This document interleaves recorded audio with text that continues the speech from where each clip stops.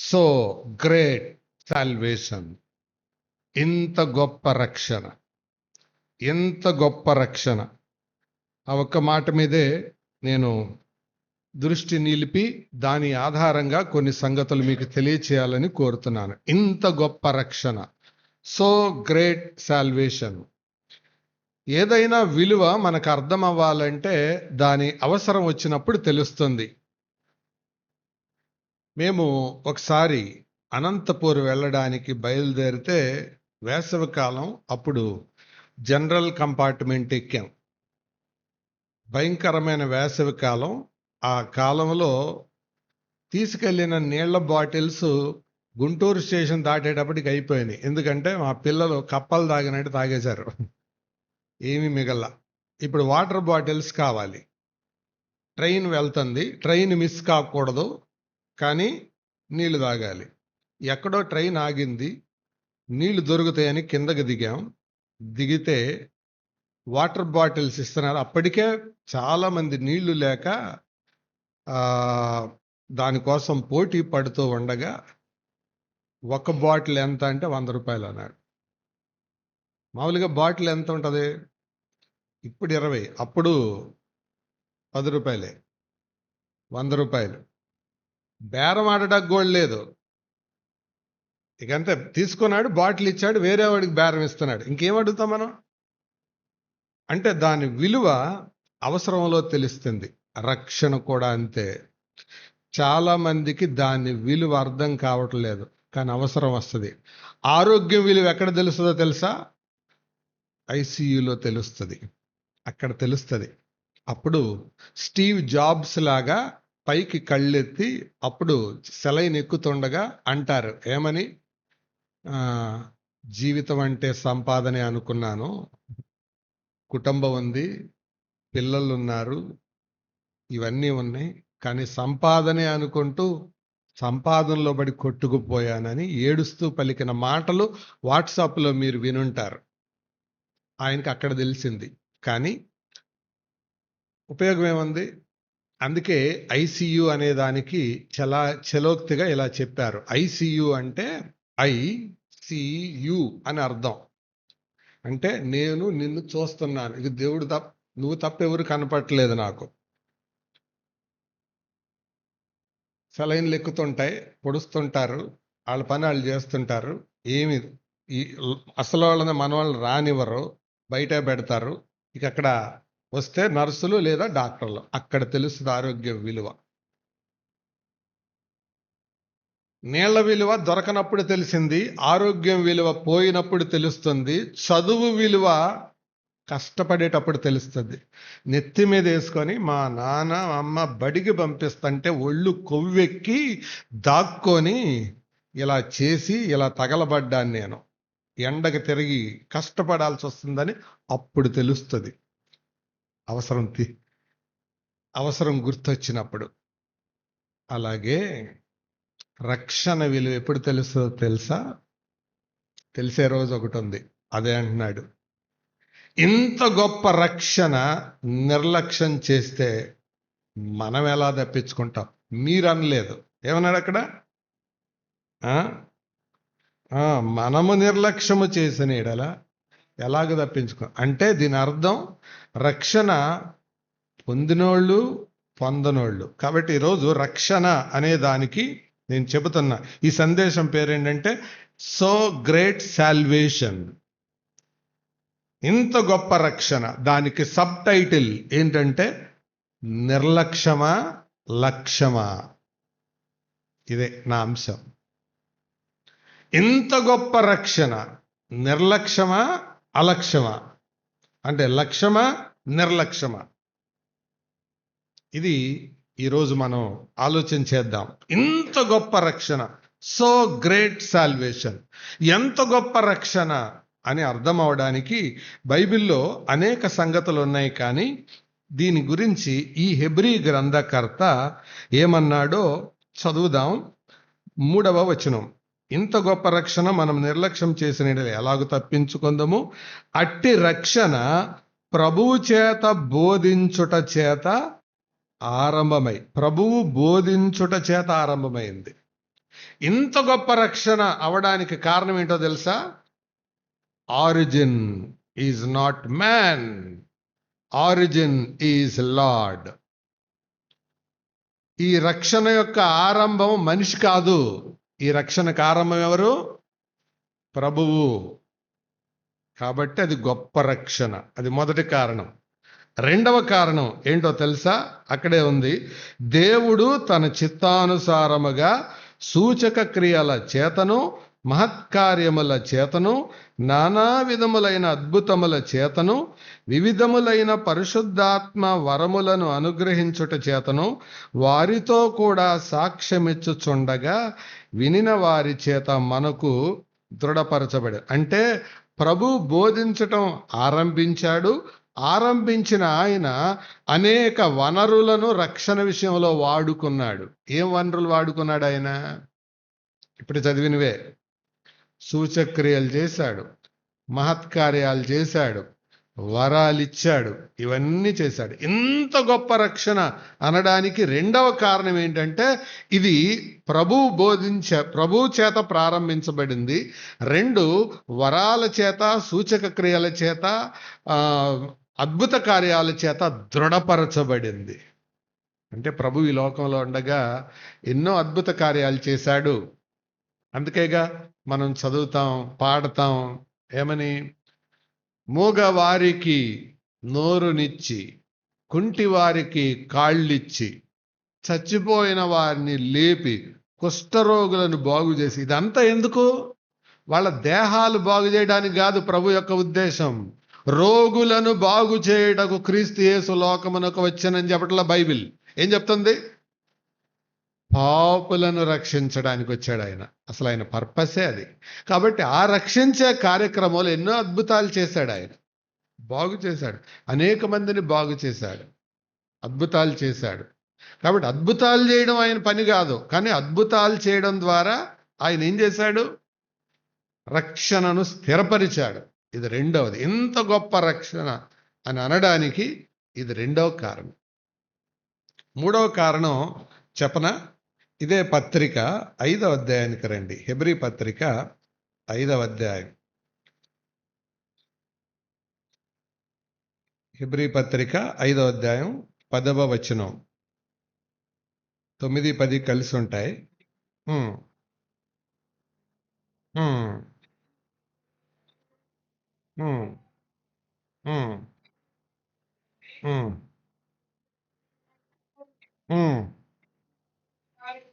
Note that point. ఎవరికి? విధేయులైన వారికి. ఏమి రక్షణ? ఇది నిత్య రక్షణ. అంటే రక్షణ అనేది ఇటర్నల్, శాశ్వతం. ఇది మూడోది. ఇంత గొప్ప రక్షణ అని అనడానికి మూడవ కారణం ఏంటది? దేవుడు ఎవరినన్నా రక్షిస్తే వాళ్ళని శాశ్వతంగా రక్షిస్తాడు, రక్షించకపోతే శాశ్వతంగా రక్షించడు. 3 కారణాలు చెప్పాను. మొదటి కారణం ఇంత గొప్ప రక్షణ అని అనడానికి మొదటి కారణం ఏంటి? ఇది దేవుడే ఆరంభించాడు. 2, సూచక క్రియలు, వరాలు, అద్భుతాల చేత దాన్ని స్థిరపరిచాడు. 3, ఇది నిత్యము ఉండడానికి ఇచ్చాడు. కాబట్టి నువ్వు రక్షణ పొందావంటే నిత్యము ఉండడానికి పొందావు. రక్షణ పొందలేదంటే నిత్యము నాశనం అవడానికి ఇష్టపడుతున్నావు. రెండే ఆప్షన్. ఈ మధ్యలో ఏమి లేదు. అయితే కుడి లేదా ఎడం, మధ్యలో ఏమి లేదు. కుడి చెయ్యి ఎడం చెయ్యి ఉంటాయి, మధ్య చేయకూడదు అని ఉంటుందా? వేలు మధ్యలు ఉండొచ్చు, కానీ మధ్య చెయ్యి ఉండదు. నాశనం, రక్షణ రెండే ఉంటాయి, మధ్యలో ఏముండదు. సో నువ్వు రక్షించబడితే ఇట్ ఈస్ ఇటర్నల్. నువ్వు రక్షణ పొందకపోతే అది కూడా ఇటర్నల్, అది కూడా శాశ్వతమైంది. కాబట్టి సహోదరులారా, సహోదరీలారా, ఇంత గొప్ప రక్షణ అని అనడానికి 3 కారణాలు చెప్పాను. చాలంత మట్టుకు. ఇప్పుడు చెప్పండి, ఏదైనా నిత్యమైనది అని అంటే ఆధార్ కార్డు బతికున్నంత కాలం దాన్ని మనం వాడుకోవచ్చు, కానీ రెన్యూ చేస్తుండాలా? ఓటీపీ ఎన్నిసార్లు రెన్యూ చేస్తుంటాం? బియ్యం వేయించుకోవడానికి వెళ్ళిన వాళ్ళందరూ ఓటీపీ చెప్పు అంటారు. ఏంటది? అదే రెన్యూ అంటే. రిజిస్ట్రేషన్ చేయించుకోవడానికి వెళ్ళిన వాళ్ళందరూ ఓటీపీ వచ్చింది చెప్పు అంటారు. అదే రెన్యూవల్ అంటే. వాడిన ప్రతిసారి ఒక ఓటీపీ వచ్చినట్టు. అంటే నువ్వు పౌరుడవు అని రుజువు చేయడానికి ఓటీపీలు వస్తానే ఉండాలి. నీ ఫోన్కి ఓటీపీ రాలేదంటే నీ ఆధార్ కార్డు చెప్పండి క్యాన్సిల్ అని అర్థం. అలాగే నీ రక్షణ అనే దాన్ని రెన్యూ చేస్తూ ఉండాలి. అది నిత్యమైంది. ఆధార్ కార్డు ఎప్పుడు ఉంటుంది, కానీ దాన్ని ఏం చేయాలి? రెన్యూ చేస్తూ ఉండాలి, మారుతూ ఉండాలి. ఆ రెన్యూ చేయడానికే ఈ కూడికలు, ఈ పాటలు, ఈ సందేశాలు, ఈ సహవాసం, ఈ సమయాలు దాని కొరకే. రెన్యూ చేయడానికి. రెన్యూ అంటే తిరిగి నూతనపరచడం. అర్థమవుతుందా? కాబట్టి ఇంత గొప్ప రక్షణ. రైట్, మంచిది. ఈ రక్షణ విషయమై దేవుని బాధ్యత ఎంత ఉందో మన బాధ్యత కూడా అంతే ఉంది. అందుకే రక్షణ అనేది రెండూ కలిస్తేనే రక్షణ. చప్పట్లు కొట్టాలంటే ఎన్ని చేతులతో కొట్టాలి? మామూలుగా ఎన్టీఆర్ కృష్ణా జిల్లా వాళ్ళు 2 చేతులతో కొట్టాలి. గుంటూరు జిల్లా వాళ్ళు ఎన్ని చేతులతో కొడతారు? వాళ్ళు కూడా 2 చేతులేనా? ఎవరికైనా 2 చేతులే. రక్షణ ఎవరైనా పొందాలి అని అంటే 2 కలవాలి. అదేంటంటే దేవుని సార్వభౌమత్వం, మానవుని పాలిభాగత్వం. దేవుని సార్వభౌమత్వం, మానవుని పాలిభాగత్వం. Divine sovereignty, human responsibility. దేవుడు మనిషి 2 కలిసి పనిచేస్తేనే రక్షణ వర్కౌట్ అవుద్ది. ఒకడు మన ఎర్రబాలెం చెరువులో పడి కొట్టుకొని వెళ్తున్నాడు. రక్షించేవాడు ఒకడు వెళ్ళాడు, చెయ్యిచ్చాడు. చెయ్యిస్తే సరిపోద్దా? లేకపోతే మునిగేవాడు కూడా చెయ్యివ్వాలా? మునిగేవాడు కూడా చెయ్యివ్వాలి. మునిగేవాడి చేతులు కట్టుకొని వెనకాలకు పెట్టుకున్నాడు అనుకో, ఆ రక్షణ పొందుతాడా? అలాగే ఆయన రక్షకుడుగా భూలోకానికి వచ్చాడు, ఆయన రక్షించడానికి వచ్చాడు. నీ సహకారం లేకపోతే ఆయన ఏం చేయలేడు. అందుకే కరెంట్లో కూడా 2 రంధ్రాలు ఉంటాయి ప్లగ్గులో. ఏంటా 2? ఒకటి ఫేజు, ఇంకోటి న్యూట్రల్. ఫేజ్ అంటే వచ్చేది, పవర్ వచ్చేది. న్యూట్రల్ అంటే అది ఎర్త్కి సంబంధించింది. ఆ 2 పనిచేస్తేనే వస్తుంది. ఒట్టి ఫేజ్ మీద అవదు, న్యూట్రల్ కూడా ఉండాలి. అలాగే రక్షణ అంటే ఒట్టి దేవుడిదే కాదు, మనం కూడా పాలిభాగస్తులు అందులో. ఈ రెండిటి చాలా బ్యాలెన్స్. ఏంట బ్యాలెన్స్? దేవుని సార్వభౌమత్వం, మానవుని పాలిభాగత్వం. దేవునిదే ఉంది పాత్ర, మనదే ఉంది. అది మనం ఎరగాలి. కాబట్టి దేవుడు ఎక్కువ పాత్ర దేవుంది, కనీసం మన బాధ. ఇంకోటి, మనకు ఆకలేస్తుంది, కడుపు నిండాలి అంటే వండేవాడిది ఒకటిది ఉంటే సరిపోద్దా? తినేవాడికి కూడా మనసు ఉండాలా? చెప్పండి. తినేవాడికి కూడా మనసు ఉండాలి. అన్నీ వండి పెట్టారు, తినేవాడికి మనసు లేదు, ఉపయోగం ఏముంది? యేసు ప్రభు రక్షణ సిద్ధపరిచాడు, పొందేవాడికి ఇంట్రెస్ట్ లేదు, ఉపయోగం ఏముంది అది? కాబట్టి రక్షణ అనేది 2 కలిసింది. దేవుని సార్వభౌమత్వం, మానవుని పాలిభాగత్వం. ఈ 2 కలిస్తేనే, ఈ 2 కలిసే కొనసాగాలి. రైట్, నేను నా సందేశంలో తరువాత భాగాన్ని చెప్తాను. ఈ రక్షణ విషయంలో దేవుడు చేయవలసిందంతా చేశాడు. అయితే మన భాగం, మన పాలు ఒక 5 మాటలు చెప్తాను. ఈ రక్షణ విషయంలో మానవుని యొక్క 5 బాధ్యతలు. ప్రభువు చేయవలసిందంతా చేశాడు. అంతా చేశాడు అని ఎలా చెప్పగలం? మీరు చెప్పండి ఒక మాట. యేసు ప్రభు అంతా చేశాడని ఎలా చెప్పగలరు? వెరీ గుడ్, మీరంతా థియలాజియన్స్, దైవశాస్త్ర ఆరితేరిన వాళ్ళు. సమాప్తం అన్నాడు. ఎక్కడ? సిలువలో. సమాప్తం అంటే అర్థం ఏంటి? సమాప్తం అంటే ఏంటి అర్థం? నేను ఏ పని మీద అయితే భూలోకానికి వచ్చానో, ఏ పని కొరకైతే నేను ఈ లోకంలో బ్రతికానో, అద్భుతాలు చేశానో, బోధించానో, ప్రకటించానో, ఆ పని సమాప్తమైంది. ఆయన పుట్టడానికంటే ముందు దేవదూత ఒక సంగతి ప్రకటించాడు. తన ప్రజలను వారి పాపముల నుండి ఆయనే రక్షించును గనుక ఆయనకు యేసు అను పేరు పెట్టుదురు. యేసు అను శబ్దమునకు రక్షకుడు అని అర్థం. రక్షించడానికి వస్తాడు అని ముందు చెప్పాడు. ఇప్పుడు సిలువ మీద వేలాడుతూ ఆయన ఏమన్నాడు? సమాప్తం అన్నాడు. అంటే అర్థం ఏంటి? రక్షకుడిగా నేను వచ్చాను, రక్షణను ప్రకటించాను. ఇప్పుడు ఆ రక్షణ మీకు ఇవ్వడానికి సిలువ మీద వేలాడుతున్నాను. రక్షణ సిద్ధం. నేను వచ్చిన పని అయిపోయింది. నా పని సమాప్తం, మీ పనే ఉంది. అది సమాప్తం అనే దాంట్లో అర్థం. మీల్స్ రెడీ అని హోటల్ ముందు బోర్డు పెడతారు. అంటే అర్థం ఏంటి? మీల్స్ రెడీ అంటే వచ్చి మన నోట్లో నుంచి కడుపులో పడుతుందనే. మీల్స్ రెడీ అంటే అర్థం ఏంటి? మనం వెళ్ళి టికెట్ ఇచ్చి తీసుకొని భోజనానికి కూర్చొని వచ్చినోడికి అది ఇచ్చి ఆకులో తినాలి, లేదా ప్లేట్లో తినాలి. అది పని. మీల్స్ రెడీ అయినంత మాత్రం చేత అది వచ్చి నోట్లో పడదు. రక్షణ సిద్ధం అన్నంత మాత్రం చేత అది మనకు రాదు. కాబట్టి దాని పట్ల మన 5 బాధ్యతలు చెప్తాను. జాగ్రత్తగా మీరు బైబిల్లో చూడండి. మొట్టమొదటిది అపోస్తల కార్యముల గ్రంథం. అపోస్తల కార్యముల గ్రంథం 16వ అధ్యాయం. యాక్ట్స్. నమ్మిన వారు, నమ్మని వారు అందరూ కూడా మీరు ఈ మాటలు జాగ్రత్తగా ఫాలో కావాలి.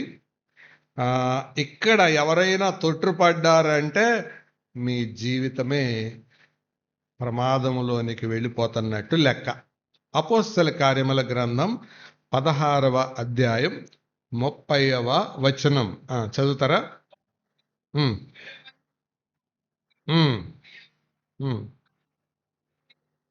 రక్షణ పొందుటకు నేనేమి చేయవలను? రక్షణను ముందేం చేయాలి? పొందాలి. ఏం చేయాలి చెప్పండి? మొదటి బాధ్యత ఏంటి? పొందాలి. You receive it. పొందాలి. You take it. రక్షణను పొందాలి. పొందకపోతే నీ బాధ్యత లేనట్టు లెక్క. రక్షణ పొందుటకు, రక్షణ పొందాలి. రక్షణ పొందాలి. రక్షణ పొందుటానికి ప్రభు ఇచ్చాడు. అయితే రక్షణ పొందకుండా ఉండడానికి ఆటంకాలేంటో చెప్తాను. రక్షణ పొందకుండా ఉండడానికి మాట్లాడకండి. వెనక వాళ్ళు కూడా మాట్లాడకండి. ఇది మాట్లాడే సమయం కాదు. ఎవరన్నా వస్తే వెనకాల కూర్చుంటారు. మధ్యలో తిరగటాలు, డిస్టర్బ్ చేయడాలు చేయొద్దు. ఓకే? వచ్చిన వాళ్ళు ఎక్కడోళ్ళు అక్కడ నిశ్శబ్దంగా మౌనంగా కూర్చోండి. ఏర్పాట్లు చేసేవాళ్ళు కూడా మీరు డిస్టర్బ్ చేస్తూ చేయకండి. మనం చెప్పిన టైము 10:30. ఇప్పుడు 12 అవుతుంది. ఎవరన్నా వస్తే వాళ్ళు ఉన్న చోట కూర్చుంటారు అంతే. మీరు వాళ్ళకి ఏం మర్యాదలు చేయక్కర్లేదు. రక్షణ పొందడం అనేది చాలా చాలా ప్రాముఖ్యమైనది. ఆ పొందకుండా ఉండడానికి బైబిల్లో కొన్ని కారణాలు ఉన్నాయి. అది చూపిస్తాను రండి. రక్షణ పొందకుండా ఉండడానికి కారణాలు లూకాసు వార్త 8వ అధ్యాయం 12వ వచనం. లూకా 8:12. Hello, SIT right. త్రోవ ప్రక్క నుండి వారు వినువారు గాని ఏం చేయకుండానట్లు, నమ్మి రక్షణ పొందకుండునట్లు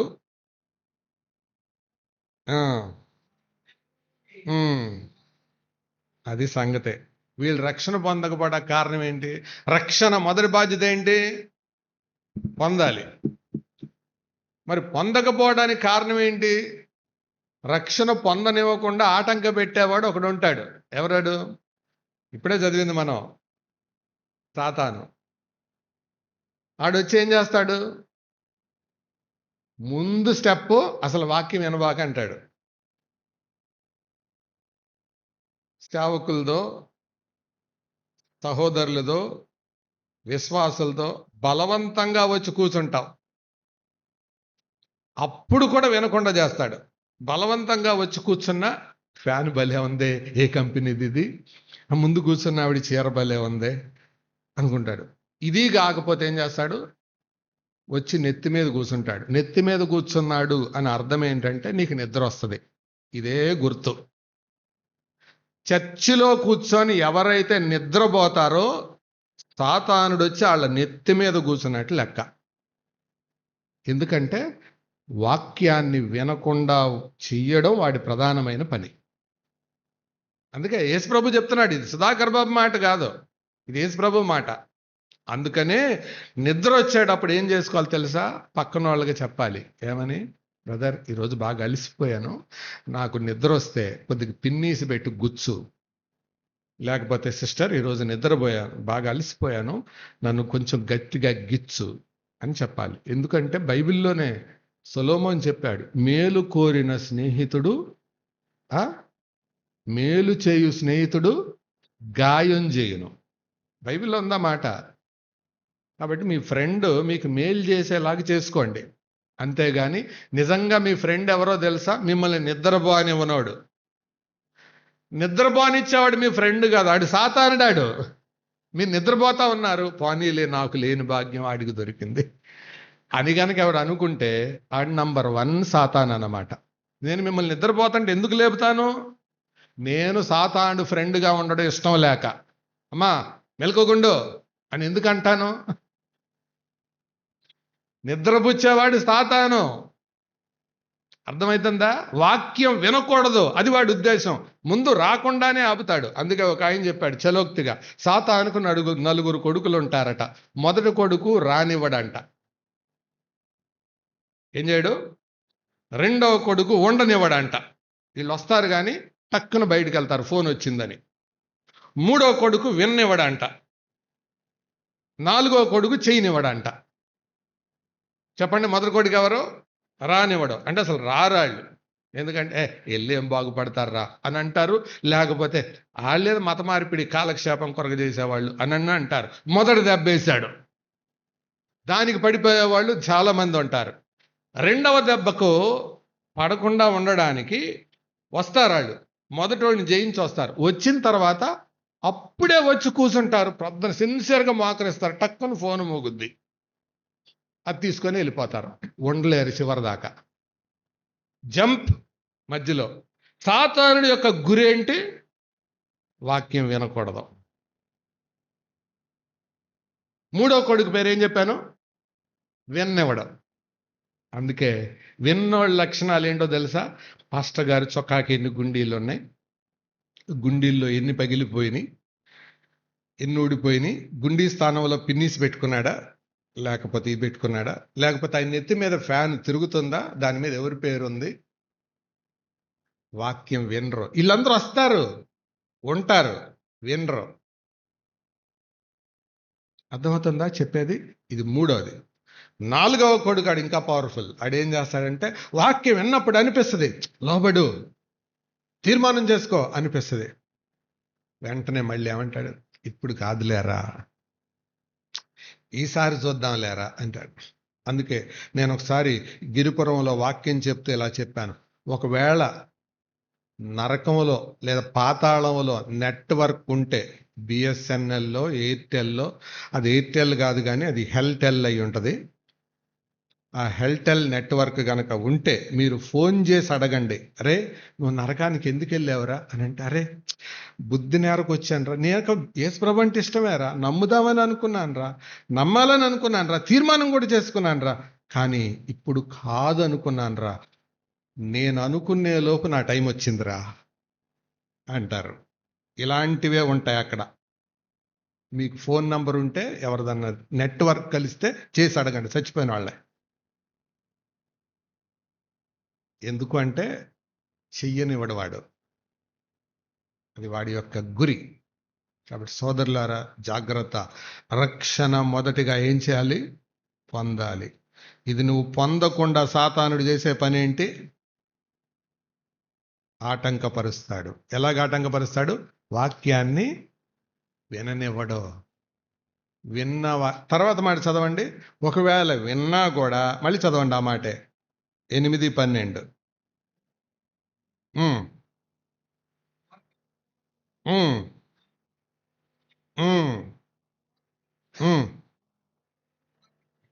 ఏంటది? వారి హృదయంలో నుంచి వాక్యం ఎత్తుకొని పోతాడు. అంటే వింటారు, కానీ మెసేజ్ అంతా వింటారు, కానీ మెసేజ్ గుర్తుండదు, కానీ మెస్ బాగా గుర్తుంటుంది వాళ్ళకి. అర్థమైందా? బా ఐటమ్ ఎర్రబాలి వాళ్ళు సాంబార్ చేశారండి, అద్దరిపోయిందండి. పచ్చడండి అసలు వీళ్ళు చేసినట్టు ఎవరు చేయరండి. మెసేజ్ ఎగిరిపోద్ది, మెస్ గుర్తుంటది, వాక్యం ఎగిరిపోయింది. నీకు వాక్యం గుర్తుండటం లేదు అని అంటే సాతానుడి మీద వేసాడు అనమాట దెబ్బ. నువ్వు మందిరంలోనే ఉండొచ్చు, వాక్యం వినువారు గాని సాతానుడు చేంజ్ చేస్తాడు, ఎత్తుకుపోతాడు. రక్షణ పొందకుండా చేసేది అది. అయ్యా వింటున్నారా? కాబట్టి ఎవరైనా చర్చికి వచ్చాక నిద్రపోతున్నారు అంటే they are brothers and sisters of Satan, they are friends of Satan. సాతానికి సహోదరు, అన్నలు, చెల్లెలు, అక్కలు, తమ్ముళ్ళు. అందుకే వాక్యం వినడానికి రావాలి. ఎవరికైనా వాక్యం గుర్తుంటం లేదు అంటే they are brothers and sisters of Satan.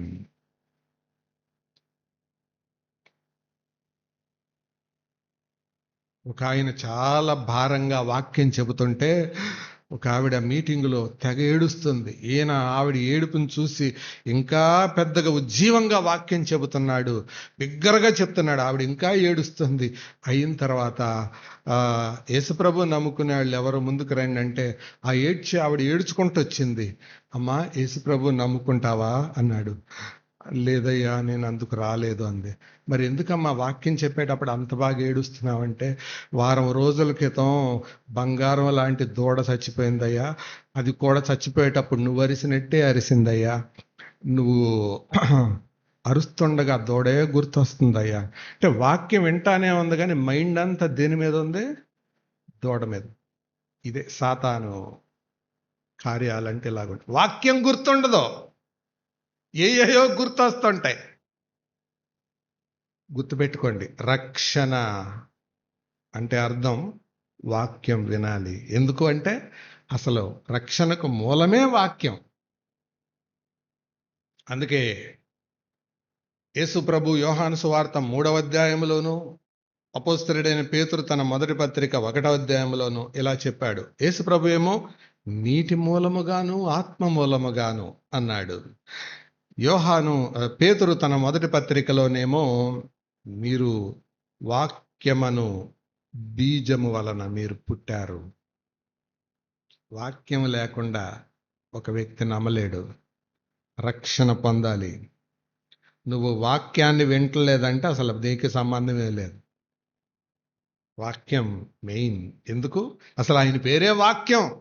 ఆ వాక్యము శరీరధారి అయి కృపాసత్య సంపూర్ణుడిగా మన మధ్య నివసించాను. అందుకే నేను చెప్తాను, నువ్వు నమ్మావా, బాప్తీసం తీసుకున్నావా, ఇది కాదు నేను మాట్లాడేది. వాక్యానికి విధేయత చూపిస్తున్నావా?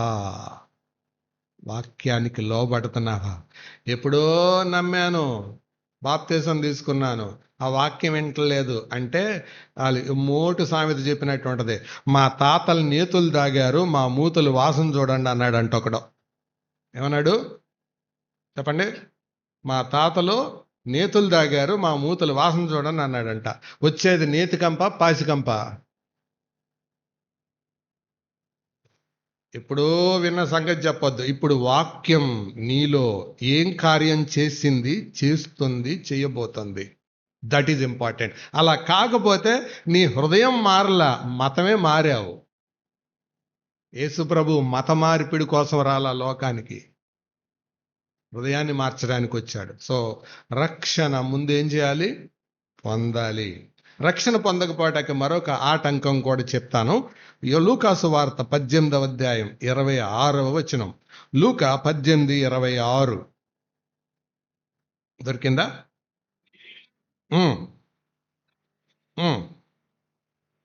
ఎవడు రక్షణ పొందగలడని అడుగగా ఆయన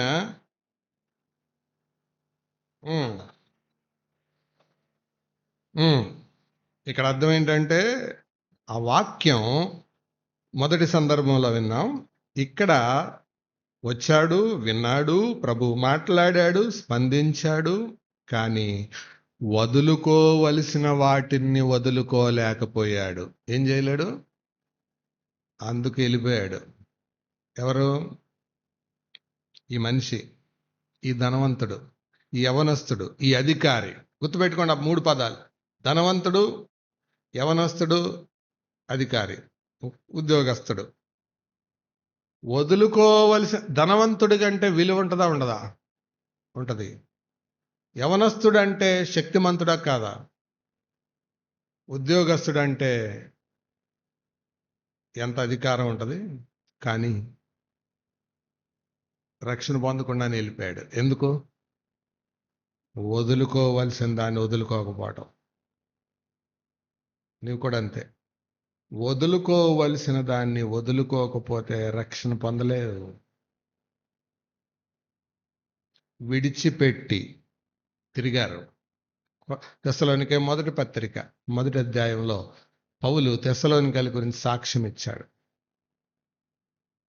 జీవము లేని వాటిని విడిచిపెట్టి జీవము గల దేవుని వైపు తిరిగారు. విడిచిపెట్టకుండా రక్షణ లేదు.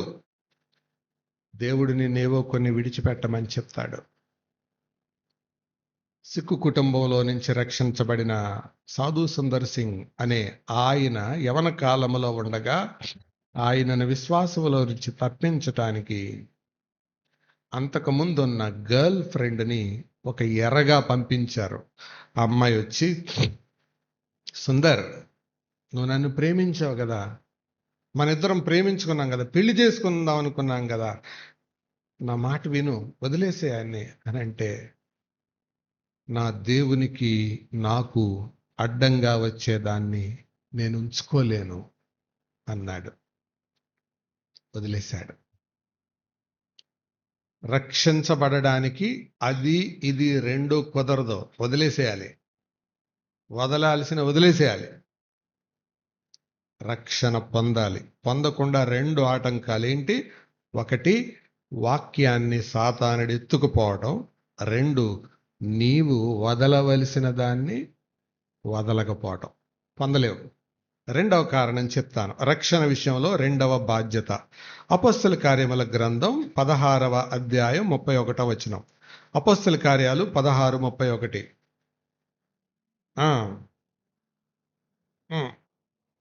ప్రభు అయిన యేసునందు విశ్వాసముంచము, అప్పుడు నీవును నీ ఇంటి వారును రక్షణ పొందు. 2వది, నీ ఇంటి వారి రక్షణ కొరకు నువ్వు ప్రయాసపడాలి.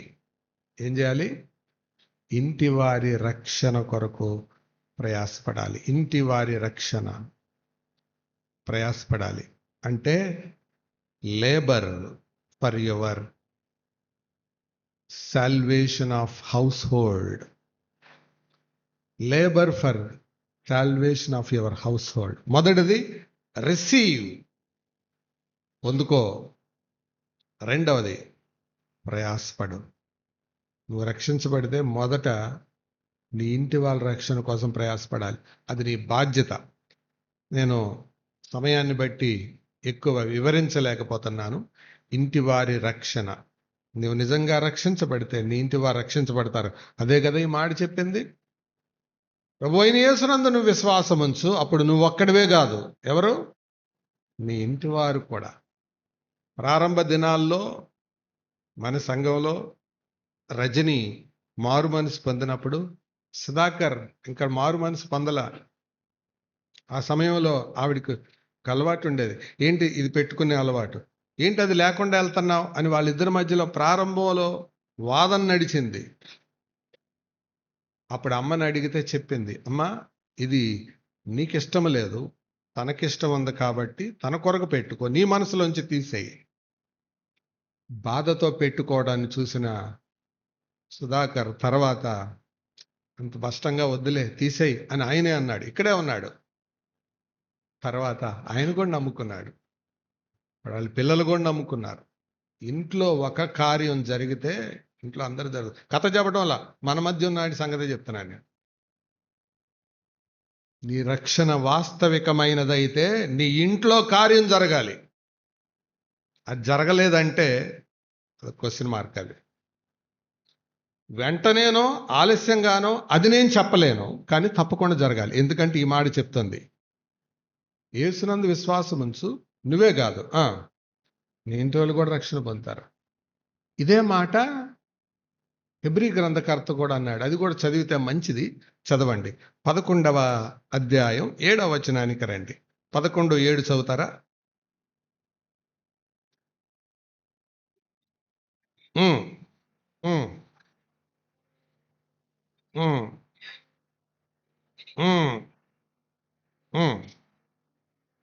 Note that point. ఎవరి కోసం?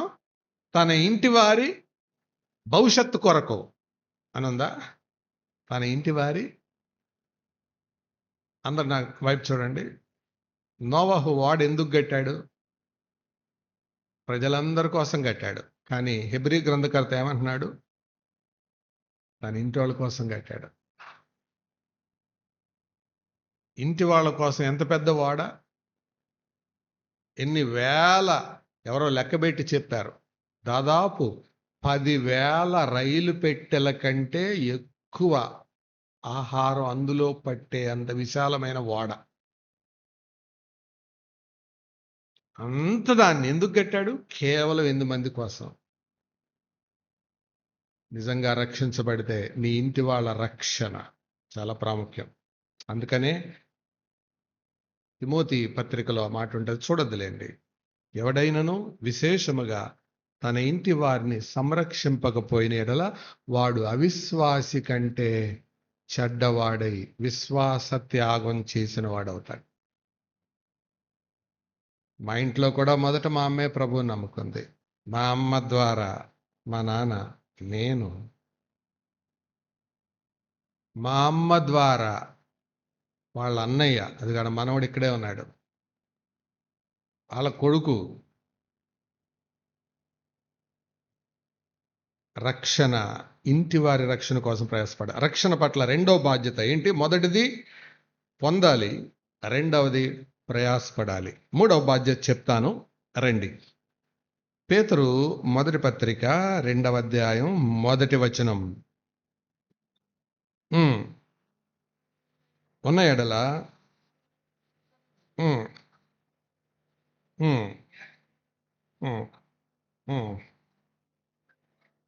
మాని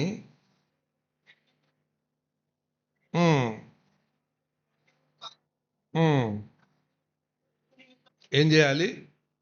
అందరు చెప్పండి అన్నమాట. రక్షణ విషయములో ఎదుగు నిమిత్తం. ఇంకొకసారి చెప్పండి. రక్షణ విషయములో ఎదుగు నిమిత్తం అంటే ఇది మూడవ బాధ్యత. రక్షణలో ఏం చేయాలి? Grow in salvation. మొదటిదేంటి? Receive salvation. రెండవదేంటి? Labour for the salvation. మూడవదేంటి? గ్రో. రక్షణలో ఎదుగు, రక్షణలో ఎదగాలి. ఒక 25 సంవత్సరాల క్రితం అమరావతి వెళ్ళటానికి బస్ ఎక్కాను. అప్పుడు ఈ రోడ్డు లేదు. గుంటూరు వెళ్ళి అక్కడి నుంచి బస్ ఎక్కి వెళ్ళాలి. గుంటూరు దిగి మళ్ళీ అమరావతి బస్ ఎక్కడానికి బస్ స్టాండ్ దిగుతున్నాను. మీటింగ్ టైం అవటాన్ని బట్టి లోపల నుండి చూస్తూ ఏ బస్సు ప్లాట్ఫామ్ మీద ఉందో చూద్దామని గబగబా దిగే క్రమంలో ముందు ఒకటి తన్నేశాను. ఆయన ఎవరు తగిలారా, ఎవరు మనిషి ముందు అయితే మనిషి కనపట్టలేదని నేను కిందకు చూసేటప్పటికి నా నడుంకి వచ్చే ఒక మనిషి నిలబడ్డాడు. నా నడుమెత్తి వస్తున్నాడు. అతను ఇన్షైడ్ చేసుకున్నాడు, మీసాలోనే టై కట్టుకున్నాడు, నా నడుంకే ఉన్నాడు అతను. అంటే ఎన్ని అడుగులు ఉండొచ్చు అండి నా నడువు అంటే? ఓ 2.5 3 అడుగులు ఉన్నాడు. ఈ ఎత్తే ఉన్నాడు. ఆయన చూడగానే సారీ అన్న.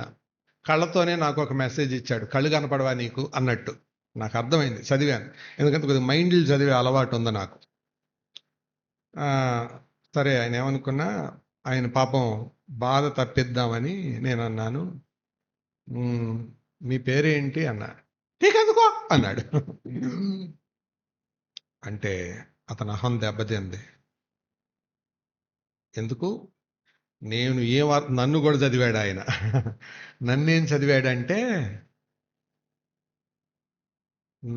నీకులాగా నాకు కూడా మీసాలు ఉన్నాయి, నీకులాగా నాకు గడ్డ ఉంది, నీకులాగా నేను ఇన్షర్ట్ తీసుకున్నాను, నా చేతిలో ఫైల్ ఉంది, నీ అంత నేను ఎదగలేదని కదా నన్ను అడుగుతున్నావు అన్నట్టు ఆయన నా వైపు చూసి నీకెందుకు అన్నాడు. అది ఎంత అవమానం! ఎదగని వాడు ఎంత అవమానం! రక్షణలో ఎదగాలి. అందుకే ఏనన్ అనే ఒక ఆయన అన్నాడు, when growth stops, decay starts. It is true with the organisms and also organisation. ఎదుగుదల ఆగిపోయిన దగ్గర క్షీణత ఆరంభమవుతుంది. అది సంస్థల్లోనైనా అంతే, శరీరంలోనైనా అంతే. అందుకేగా మన శరీరంలో కూడా పుట్టిన బిడ్డప్పుడు ఎంత ఉంటాడమ్మా? బిడ్డ పుట్టినప్పుడు ఎంత ఉంటాడు? ఓ 3 మూరలు ఉంటాడా శివమక్క? ఎంత ఉంటాడు? అదిగో చూపిస్తుంది మూర. ఆ తర్వాత పెరుగుతూ ఉంటారు. పెరుగుతూ ఉంటే పెరుగుతాడు. ఏ ఎత్తు దాకా పెరుగుతాడు? 6 అడుగులు ఎత్తు దాకా పెరుగుతాడు. 18 ఏళ్ల దాకా పెరుగుతాడు. పెరిగిన తర్వాత ఏం చేస్తారు? ఇక నిలువుగా పెరగటం ఆగిపోయి అడ్డంగా పెరుగుతారు. ఇంక పైకి పెరిగేది లేదు, ఇటు పెరుగుతారు. మనకు భూములు పొలాలు ఏంటంటే, భూములు పొలాలు స్థలాలు ఏంటి? మనకి ఇట్టా పెరగడానికి వీళ్ళకి ఇట్టా పెరుగుతున్నారు, అంతే కదా. బిల్డింగ్లన్నీ ఇప్పుడంతా విశాలంగా వెళ్ళటానికి లేదు. అందుకే ఒకదాని మీద ఒకటి ఒకదాని మీద ఒకటి ఎక్కుతున్నారు, స్థలం లేక. శరీరం ఏమో ఆపోజిట్, ఇక్కడతో ఆగిపోద్ది, ఇక అక్కడి నుంచి ఇట్ట పెరుగుద్ది. పెరిగిన తర్వాత ఇక అక్కడి నుంచి నెక్స్ట్ ఈ పాటికే 20 వస్తాయి, 25 వస్తాయి, పెళ్ళి అయిపోద్ది. 30కి లైట్గా బీపీ అంటుకుంటుంది, 35కి షుగర్ అంటుకుంటుంది. అది తినొద్దు, ఇది తినొద్దు, నిద్ర పట్టదు, ఇవన్నీ. నెక్స్ట్ ఏమవుతారు? క్రమంగా ఏంటి ఎట్టయిపోయావు అంటారు. ఎదుగుదల ఆగిపోయిన తర్వాత క్షీణత ప్రారంభమవుతుంది. ఎంత బాగా అన్నాడండి ఆ మాట! శరీరంలోనైనా అంతే, సంస్థలోనైనా అంతే, సంఘంలోనైనా అంతే. ఎదగని వ్యక్తి క్షీణిస్తున్నాడని అర్థం, ఎదుగుదల ఆగిపోయిందని. రక్షణ విషయంలో ఎదగాలి. Grow in salvation. ఇది 3వ బాధ్యత. ఎదిగారా? ఒక మాట చెప్తాను, ఎదురు తిరిగేవాడు ఎప్పుడు ఎదగలేడు. అందరు చెప్పండి మాట. ఎక్కడైనా అంతే, కుటుంబంలోనైనా అంతే, సంఘంలోనైనా అంతే, సమాజంలోనైనా అంతే.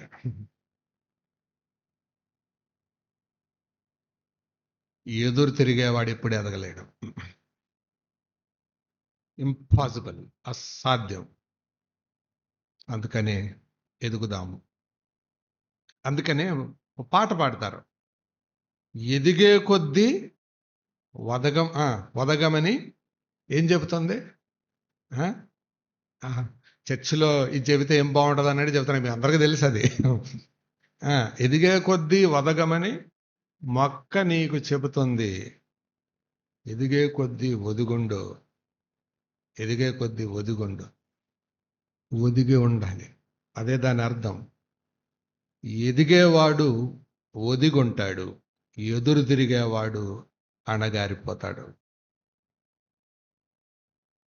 Grow in salvation. ఎవరైతే రక్షణలో ఆగిపోయారో దాని అర్థం ఏంటి? వారు ఎదగటం మానేశారు, దానికి అర్థమేంటి? ఎదురు తిరిగే లక్షణం. కొన్నిసార్లు ఆంతరంగికంగా ఉండొచ్చు, కొన్నిసార్లు బయటకు ఉండొచ్చు. ఒక చిన్నపిల్లోడంట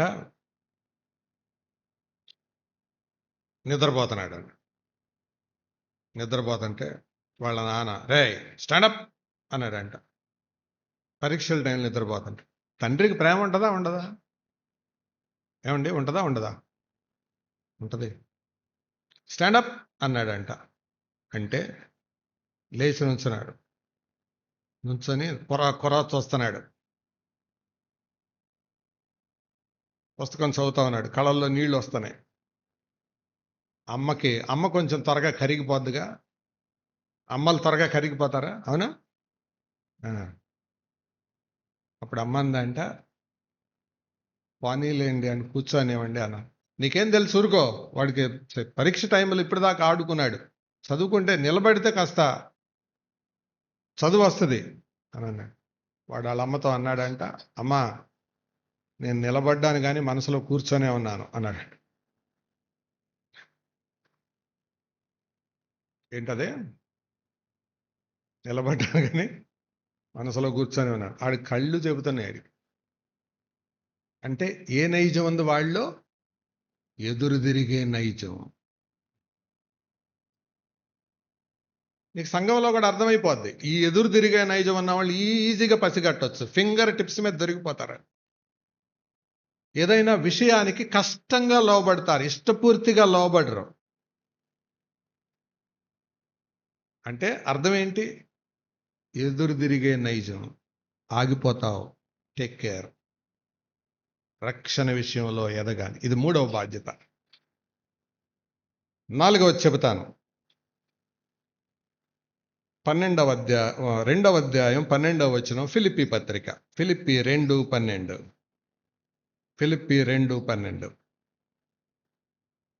కాగా నా ప్రియులారా, మీరెల్లప్పుడూ విధేయులైన ప్రకారము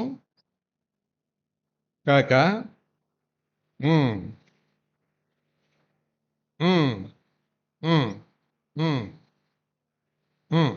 ఏం చేయండి? సొంత రక్షణను ఇంకొకసారి అనండి, కొనసాగించుకొనుడి. ఇంగ్లీష్లో వాడబడిన పదం చెప్పన, వర్కౌట్ అని ఉంది. ఏంటది? వర్కౌట్ అంటే దేనికి వాడతారు చెప్పండి? కొద్దిగా అలవాటైన వాళ్ళు వర్కౌట్స్ చేస్తున్నాను రా అంటారు చూడండి. దేనికంటారు ఆ పదం? వర్కౌట్స్ చేస్తున్నానంటారే. అంటే వర్కౌట్ అంటే ఏంటి దాని అర్థం? కష్టపడటం, ఎక్సర్సైజ్ చేయటం. అక్కడ వాడబడిన పదం అది. Work out your salvation. ఇది 4వ బాధ్యత. వర్కౌట్ చేయడానికి ఏముండాలి? లోపల వర్క్ ఇన్ ఉండాలి. వర్క్ అవుట్ చేయడానికి లోపల వర్క్ ఇన్ జరిగినోడే వర్క్ అవుట్ చేయగలడు. మళ్ళీ చెప్పండి అన్నమాట. వర్క్ ఇన్ జరిగినోడే వర్క్ అవుట్ చేయగలడు. ఏం జరగాలి? అక్కడే చెప్పాడు, భయముతోను వణుకుతోను. ఉందా మీ బైబిల్లో మాట? వర్క్ ఇన్ అంటే అర్థం ఏంటి? నీ లోపట భయం ఉండాలి, వణుకుండాలి. ఈ 2 ఉన్నప్పుడు నువ్వు వర్క్ అవుట్ చేయగలవు. ఎవరైనా దీనికి తెలుగులో ఏమనుకున్నాం? కొనసాగించడం. ఏం చేయాలి? రక్షణను కొనసాగించడం అంటే లోపల ఏముండాలి? భయం. నిజంగా ఒక వ్యక్తి రక్షించబడ్డాడు అని అనడానికి రుజువేంటి? భయం, వణుకు. పురుషోత్తం చౌదరి గారు రక్షించబడిన తొలి దినాలలో యవన కాలములో ఉండగా కుటుంబానికి దూరంగా ఉండి ఎటో వెళ్తుండగా ఒకరోజు వ్యభిచార వాటిక గుండా వెళ్లాల్సి వస్తే అటు నడుస్తూ వెళ్తూ ఉండగా మనసు లాగిందంట, పాపం చేద్దాం. అవతల వాళ్ళు ఆకర్షిస్తున్నారు, రా పాపం చేద్దు రా అని. 4 అడుగులు వేశాడంట. లోపట గుచ్చుతుంది, భయం గుచ్చుతుంది. చెంప మీద ఇట్లా కొట్టుకొని యువతలకు వచ్చి ఒక పాట రాశాడు. వద్దు మనసా నీ బుద్ధి కొరచ. మనసా వద్దు, ఆ పాపం చేయొద్దు. ఎవరు చెప్పలా, సేవకులు లేరు, సంఘం లేదు, ఎవరు లేరు అక్కడ. మనసా వద్దు, ఆ పని చేయొద్దు, నీ బుద్ధి కురచయింది అని వెళ్ళి మిట్ట మధ్యాహ్నం ఎండలోకి వెళ్ళి మోకాళ్ళ దండేశాడంట సముద్రపొడ్డుని ఇసుకలో. ఎందుకు అంటే నా శరీరం నన్ను పాపానికి ఆకర్షిస్తుందండి, అందుకు ఏదో ఒక శిక్ష వేసుకోకపోతే దీన్ని నేను లొంగించుకోలేనండి అన్నాడండి. ఏముంది మనసులో? భయం. ఎవడన్నా భయం విడిచి పాపం చేస్తున్నాడు అంటే అర్థం ఏంటి? వాడు రక్షించబడలా, డ్రామా వేశాడంతే. నిజంగా రక్షించబడిన వాడు బరి తెగించి పాపం చెయ్యలేడు. యోహాను మొదటి పత్రిక చెబుతుంది ఆ మాట. ఎవడన్నా దర్జాగా బాప్తిసం తీసుకున్నవాడు బజార్లో రోడ్డు మీద తాగుతూ బరాట్లు కొడుతున్నాడంటే ఆడు రక్షణ పొందలా, ఊరికే డ్రామా వేశాడు పొందినట్టు. Work out your salvation. వర్కౌట్ జరగాలంటే వర్క్ ఇన్ జరగాలి. వర్క్ ఇన్ అంటే ఏంటి? భయం ఉండాలి, వణుకుండాలి. భయం అంటే ఏంటో తెలుసా?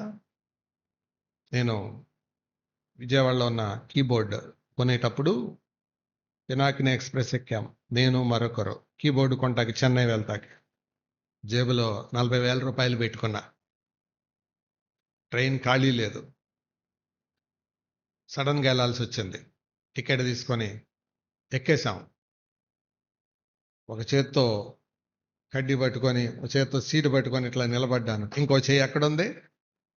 ఏం లేదు. ఎందుకు? భయం. ఎందుకు? ఎవరన్నా కొట్టేస్తారేమని. ఈ లోపల ఈ పక్క సీటు ఖాళీ అయింది. కూర్చోండి సార్ అన్నాడు. నేను కూర్చోట్లా. ఇంకొక ఆయన, నువ్వు కూర్చోట్లేదని ఆయన కూర్చున్నాడు. ఎందుకు కూర్చోలేదు తెలుసా? ఇది రోడ్డు దారి పక్కకు ఉంది. ఎవడన్నా వచ్చి లోపల లాగేస్తే సీటు పోతే పోయింది, 40,000 పోతే. భయం కూర్చొని వల్ల. ఆ తర్వాత కిటికీ పక్క సీటు దొరికింది. కిటికీ పక్కనంటే పక్కన ఇది ఉంటుంది కదా, ఇది గోడ పక్కన ఇది వెళ్తే పర్వాలా. అప్పుడు కూర్చున్నా. అది వెళ్ళేటప్పటికి నెల్లూరు ఏదో దాటిపోయింది. సగం దూరం నిలబడే. ఎందుకు? లోపలేముంది? భయం. 40,000 పోతాయేమో. నువ్వు నిజంగా రక్షణ పొందావు అంటానికి గుర్తదే. నీలో ఏముంటది? భయం. భయం. వర్కౌట్ జరగాలంటే వర్క్ ఇన్ జరగాలి. రైట్? ఇది 4వ బాధ్యత. 5వ బాధ్యత చెప్తాను, దాంతో నేను ముగిస్తాను. ప్రకటన గ్రంథం 12వ అధ్యాయం. ప్రకటన గ్రంథం 12వ అధ్యాయం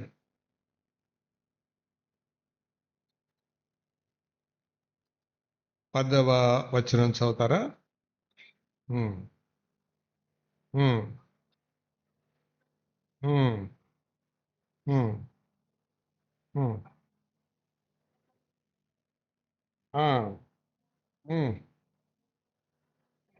ఏం పడి ఉన్నాడు? పడద్రోయబడి ఉన్నాడు గనుక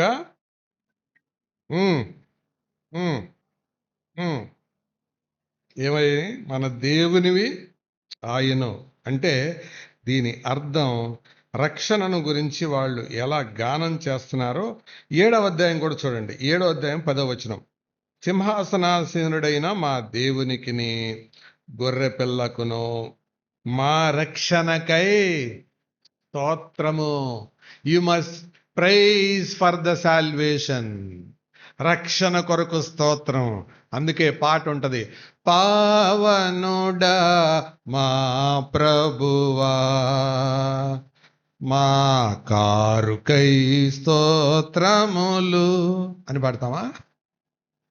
ఏం పాడతాం? నీ రక్షణకై స్తోత్రములు. మళ్ళీ చదవండి ఆ మాట. 7, 10. ఉమ్, ఉమ్, ఉమ్. ఏ శబ్దంతో? అందరు చెప్పండి ఇంకొకసారి.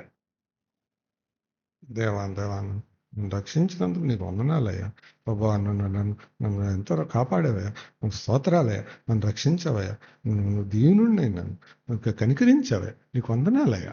ఇదే మహాశబ్దం అంటే? ఏంటి మహాశబ్దం అంటే? దేవా, నీ రక్షణకై స్తోత్రములు. ఇంత గొప్ప రక్షణ, సో గ్రేట్ సాల్వేషన్, ఇంత గొప్ప రక్షణ, నీకు స్తోత్రాలు ప్రభువా.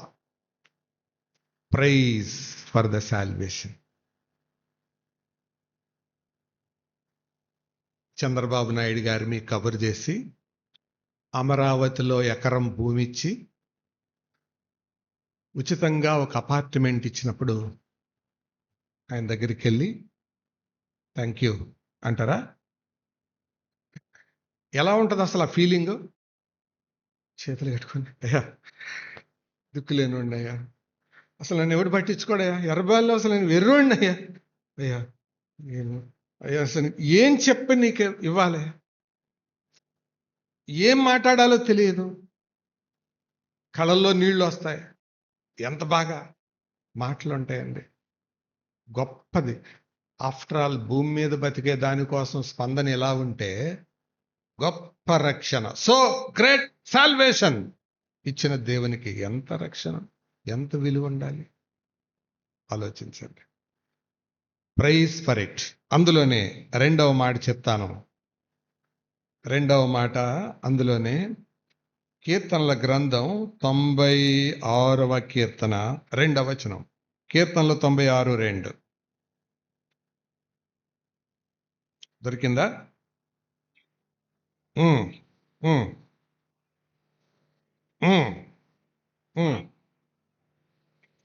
ఏం చేయాలి? ఏం ప్రకటించాలి? దీనికి నేను పెట్టే పేరు proclaim salvation. Praise and proclaim. Praise ఎక్కడ? సంఘంలో. ప్రొక్లెయిమ్ ఎక్కడ? లోకంలో. ఈ రెండు చేస్తున్నావా? సంఘములో స్తుతి, లోకములో సాక్ష్యం.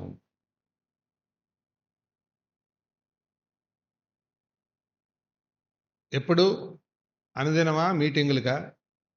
ఎప్పుడు? అనుదినము. ఉందా? మీ బైబిల్లో ఉందా? నా బైబిల్లోనే ఉందా?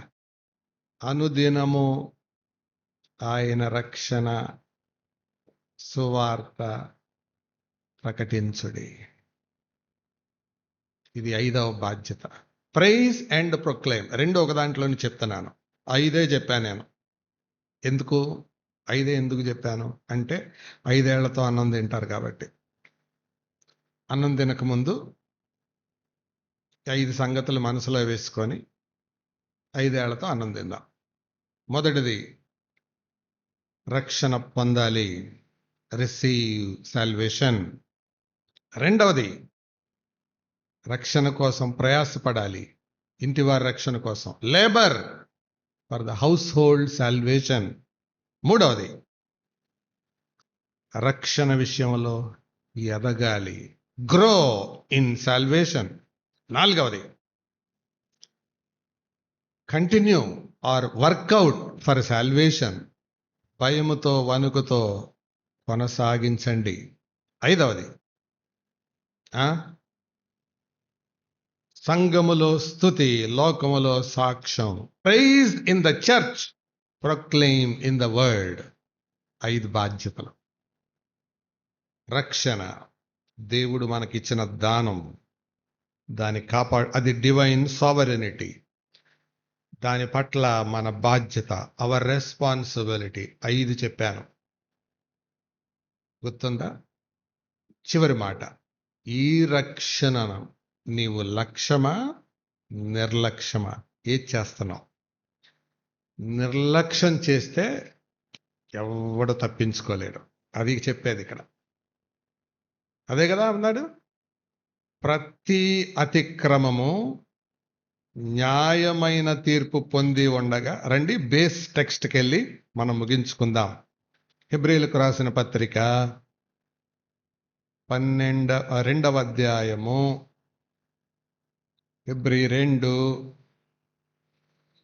ఎందుకనగా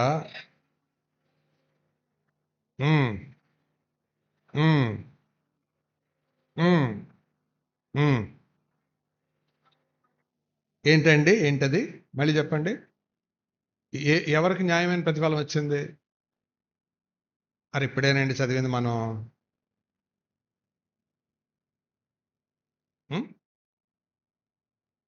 దేనికి న్యాయమైన ప్రతిఫలం వచ్చింది?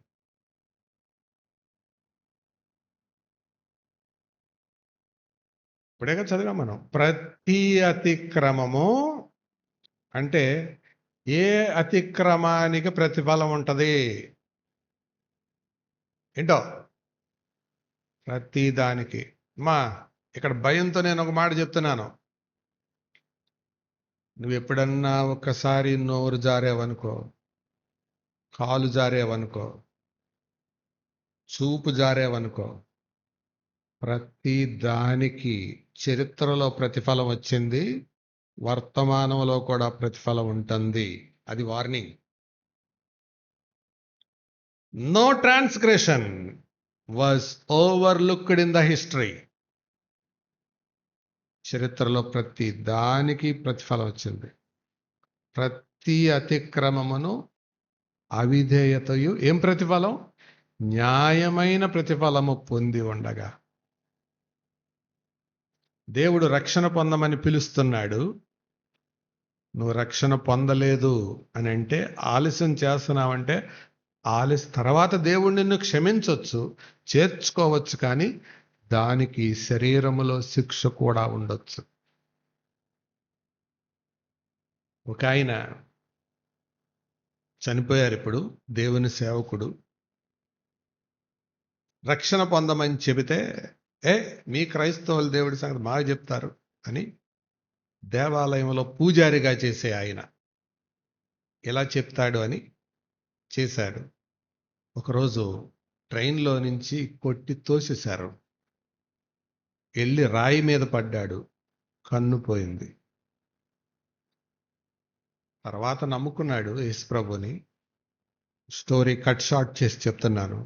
తర్వాత ఆయన నిలబడి ఏడుస్తూ అంటున్నాడు, దేవుడు నన్ను అప్పుడే పిలిచినప్పుడే లోబడి ఉంటే నా కన్ను పోయేది కాదు. గుర్తుపెట్టుకో, నువ్వు రక్షణ పొందకుండా వాయిదా వేయొచ్చు, కానీ దేవుడు నిన్ను క్షమించవచ్చు కూడా. కానీ మధ్యలో ఉండే పర్యవసానాలు ఉంటే కన్నే బావచ్చు, కాలే బావచ్చు, ప్రాణమే బావచ్చు. ఎందుకంటే చరిత్ర చెప్తుంది, ప్రతి అతిక్రమము, అవిధేయత న్యాయమైన ప్రతిఫలం పొందుతాయి. Nothing will go in vein. ఏది తప్పించుకోలేదు. అందుకనే నిర్లక్ష్యం చేద్దాం. 5 విషయాలు కలిగి ఉందాం, లక్ష్యం చేద్దాం. ఈ 5 విషయాల్లో ఉంటే దాన్ని మనం లక్ష్యం చేసినట్టు. ఈ 5 విషయాల్లో మనం సరి లేకపోతే అలక్ష్యం చేసినట్టు. అలక్ష్యం చేసిన వాళ్ళు చరిత్రలో ఎవరు తప్పించుకోలేదు, భవిష్యత్తులో ఎవరు తప్పించుకోలేరు. అందుకే ఇంత గొప్ప రక్షణ మనం నిర్లక్ష్యం చేస్తే ఎలా తప్పించుకుంటాం? ప్రార్థన చేద్దాం. తల వంచండి. ప్రార్థన.